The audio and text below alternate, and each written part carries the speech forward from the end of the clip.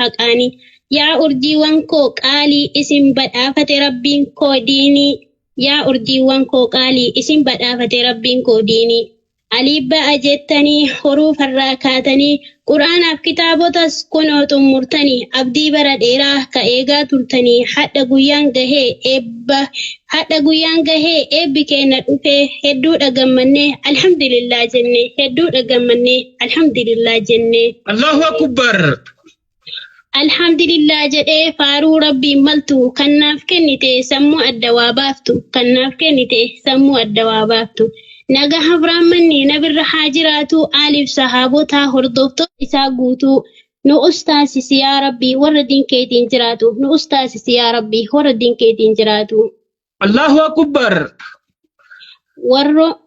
warra eebbaaf dhuftan markaza adda addaa irraa xiqqaa fi guddaa dubartii fi dhiira assalaamu alaykum wa rahmatullahi wa barakaatu waa hunda dura kabajamoo ustaaz kabajamoo ustaaz Abu Ammaarii fi barattoonni isaanii keessummoonni affeeramtanii jirtan as keessaa ustaazotaa fi daa'imman biyya alaaf keessa akkam jirra jirtu hundi obboleessaa kaawwan nu garsiisee guyyaan eebbisaa alhamdulillah kunu galata feesisa akkuma alhamdulillah kunu galata feesisa Allahu akbar keessummoonni eebbaaf affeerraa fudhatanii gamtaa fi markazoota irraa barattootas fiddanii daandii immoo irra imaltanii markaza hidaayatul mudilliin dhuftan naannoftanii wallaa galatoomaa dhiiraa fi dubartiin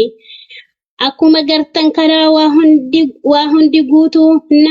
namuu haa himatu akkuma gartan kana waa hundi guutu namuu waan isa barbaachisu haa himatu isin marsanii jiranii koreen keessummeessitu ka waan isin barbaadan isiniif dhiyeessitu Allahu akbar kabajamtoota ustaazota gamtaa Naysiyaatul Ummii moggaasni keessan namatti tolaa barii waliif isin haadhiisu yaa gamtaa kayrii Allahu akbar kabajamoo ustaaz Abu Ammar gaarii namaa guyyaa hadhaa barattoota keessantu eebbifama ciminni ustaazaaf barataa eebbifamuudhaan beekama maashaallah jenne rabbiin isinirraa haa qabu hama baga itti geettanii guyyaa hawwaa turtanii firii laffaatii keessanii baga argitanii konkuraatuleeshin hundi dhiiraaf dubartiin mafruuq alfa mafruuq nu gammachiistanii Allahu akbar Duman kaasaa seenaa kalee diin barsiisuun markaza jaartanii kalee tokko jedhaa barataan dhufuu eegalee barsiisaa asiin geettanii hifannaa malee hundaa ija tokkoon laaltu beekee fi wallaalee Allahu akbar arraba doofaa meeqaa huruufaan qartanii akka dubbisee qara'u meeqa barsiistanii yaa ustaaza gaarii hedduu muudannoon keessanii hundaa obsitanii kunoo asiin geessanii barattuu qara'aa jirtu madaamii yoo waamtu markaza teettanii eedduu hanga siin deebitu warra mataa jabaatu kan qur'aanni dhibuu obsaan qaraasiftu hanga ni dadhabu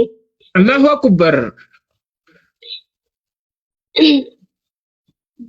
barataa jarjaruuf gorsa laataa haala kanaan eebbaan gahuun dhugaanii ulfaataa galata keessan ibsu wallaa jechan na hanqata jiruu gaarii isin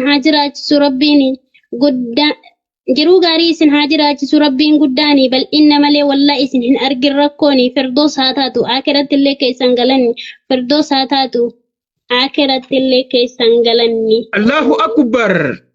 Allahu akbar kummaa qabdan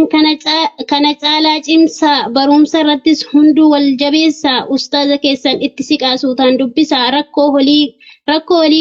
waliin qoodataa eega hamilee isaa bara isaanin baatanii dukkana wallaalaa keessaa eenyutu danda'ee deebisa galata ustaazaa eenyutu danda'ee deebisa galata ustaazaa Allahu akbar. Eebbaan isin gahanii tokkoon isin barsiisanii kunoo akka uffata eebbaa uffattan isin taasisanii shahaadaa fi badhaasa isiniif qopheessanii gammachuu teessantu nu usfidee gammachiise maashaallah alfa mabruuk ammallee irra deddeebise maashaallah alfa mabruuk ammallee irra deddeebise